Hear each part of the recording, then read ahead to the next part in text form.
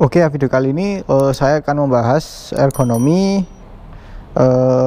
pengendara dan juga penumpang di Honda CR-V 150.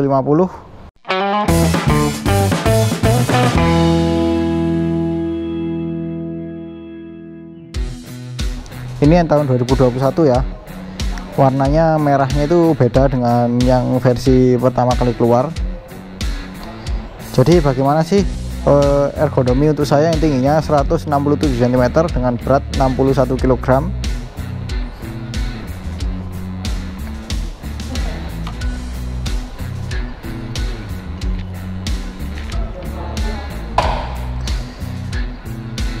Nah, jadi seperti ini ya ergonominya. Untuk posisi kaki jangkauannya ini sangat jinjit untuk saya, bahkan hampir sedikit lagi hampir nggak sampai. Jadi benar-benar ini hanya jari saja yang bisa menjangkau tanah, tapi nggak setinggi WR 155 sih. Ini masih tergolong cukup memadai untuk tinggi saya. Dan karena ini suspensinya khas motor trail ya, jadi begitu kita naiki itu suspensinya langsung turun. Nah, ini kalau saya mungkin punya berat badan yang lebih berat lagi, mungkin akan lebih turun lagi sih ini. Tuh. Kemudian untuk posisi kaki naik ke full step seperti ini. Nah, ini sih juga khas motor trail ya, dimana dia itu cukup nyaman, posisinya cukup maju kakinya. Dan ini full stepnya dilengkapi dengan karet sih. Jadi kalau misalnya kita pakai untuk harian di jalan raya masih terbilang oke lah, dan tidak terlalu merusak sepatu kita yang sepatu biasa itu ya. Karena kalau tidak ada karetnya itu lebih pas kalau kita pakai sepatu khusus untuk motor trail. Kemudian untuk joknya sih ini normalnya motor trail ya, dia itu nggak terlalu empuk dan juga nggak terlalu keras. Kemudian untuk kulitnya, ini kulitnya cukup kasar sih ya, sama dengan karakternya kulit joknya CB dan CBR 150 ya. Ini pakai kulit yang kasar, jadi emang lebih rigid sih untuk kita duduki.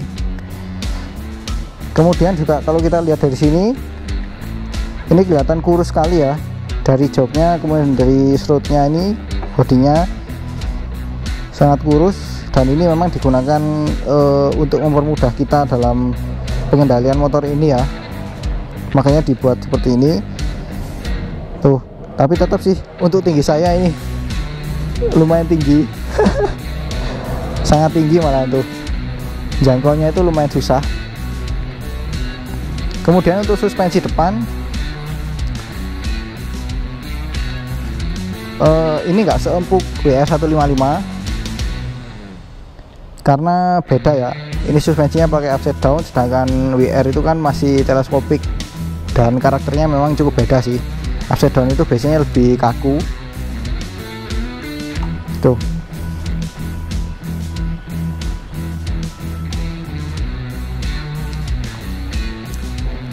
Lalu untuk posisi tangan ke stang seperti ini juga selayaknya motor trail pada umumnya, karena ini stangnya lebar, modelnya itu stang baplang gitu ya, atau fat bar gitu, dan dengan racer yang nggak terlalu tinggi sih, masih lebih tinggi CB 150R, tapi bedanya di sini ada semacam penyangga. Jadi ini gunanya untuk sebagai penguat kalau kita misalnya roboh, itu stangnya nggak mudah bengkok ya. Jadi dengan adanya ini stangnya lebih kuat, terhindar dari yaitu tadi stang bengkok. Kemudian dari yang lain-lain, untuk tombol-tombol di sebelah kanan ada engine kill switch dan juga starter. Baru di motor ini aja sih yang ada engine kill switch-nya. Untuk kelas CB dan CBR itu tidak ada. Yang sebelah kiri ini ada lampu dekat dan lampu jauh. Untuk passingnya ini jadi satu di sini ya, tuh passingnya seperti ini. Jadi lumayan berguna sih, dan penempatannya di sini. Kemudian di sini ada klakson dan juga sein.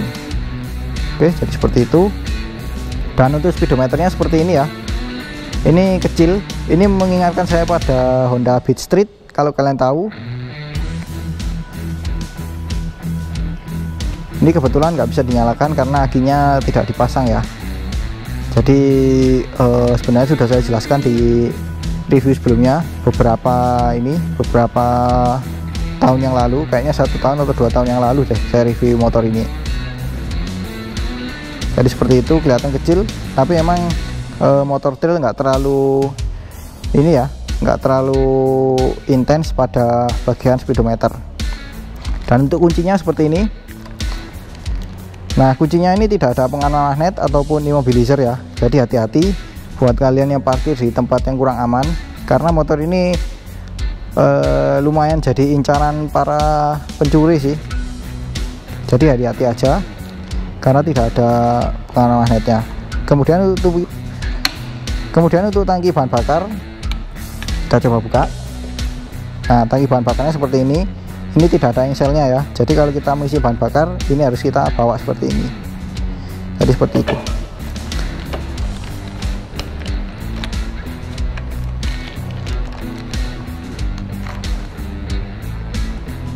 Oke, sekarang saya akan mengajak Pras untuk mencoba duduk di depan, dan juga saya akan mencoba duduk di belakang sebagai penumpang, bagaimana ergonominya.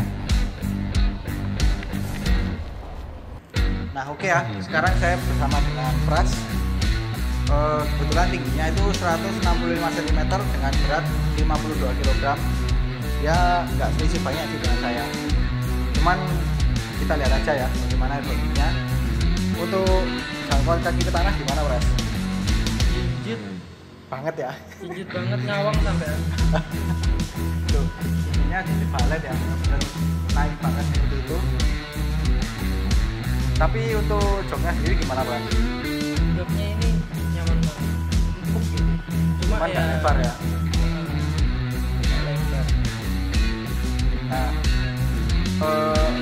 kalau untuk beratnya motornya sendiri gimana? Berat sih ini, apalagi tinggi badan saya kan kurang, jadi rasanya kayak ngawang. Oh, jadi emang lebih apa ya namanya? Lebih susahnya itu karena jinjit jinjit itu ya. sebenarnya kalau berat tuh nggak masalah, yang penting tuh nampak. Kalau jinjit kayak gini malah mempersulit pengendara sendiri. Jadi rawan ini ya, rawan foto ya. Iya. Terus untuk posisi kaki step gimana? Di kaki ini nyaman lah, ya emang karakternya motor trail kayak gini, tegap. Oke. Lalu untuk tangannya gimana? Posisi tangan? Posisi tangan ini enak, lebar gitu, Lebar ya, ya. Deket nggak kira-kira? deket ini kalau pas, nggak terlalu jauh juga nggak terlalu dekat, jadi pas.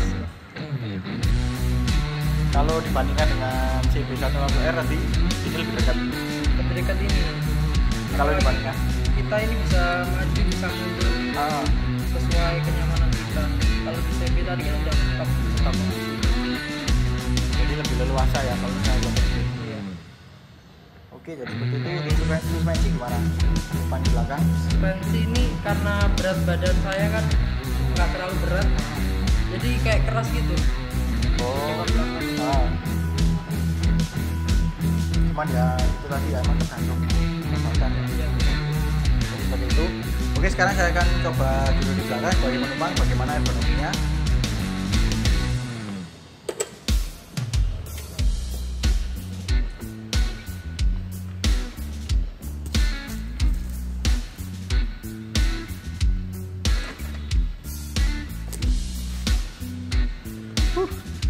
Lumayan susah sih naiknya. Nah, oke, seperti ini ya. Pertama dari joknya, ini nggak seempuk yang depan, jujur, karena ini busanya lebih tipis dan rasanya itu langsung mentok ke kerangka joknya sendiri sih. Jadi emang motor ini lebih cocoknya untuk pakai sendiri ya, bukan pakai boncengan. Kemudian dari dimensi joknya sendiri juga seperti motor trail pada umumnya, dia nggak terlalu lebar, jadi emang sedikit apa namanya ya, seadanya gitulah. Tuh bisa kalian lihat, joknya nggak terlalu lebar dan nggak terlalu panjang.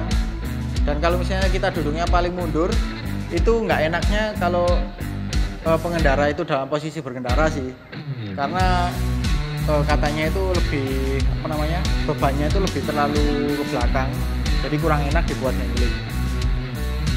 Dan di belakang sini, ini bodinya juga masih sangat panjang dan masih ada spakbor di sini. Tapi biasanya pengguna motor trail seperti ini spakbornya dilepas sih, ganti yang lebih pendek atau bahkan tidak dipakai sama sekali.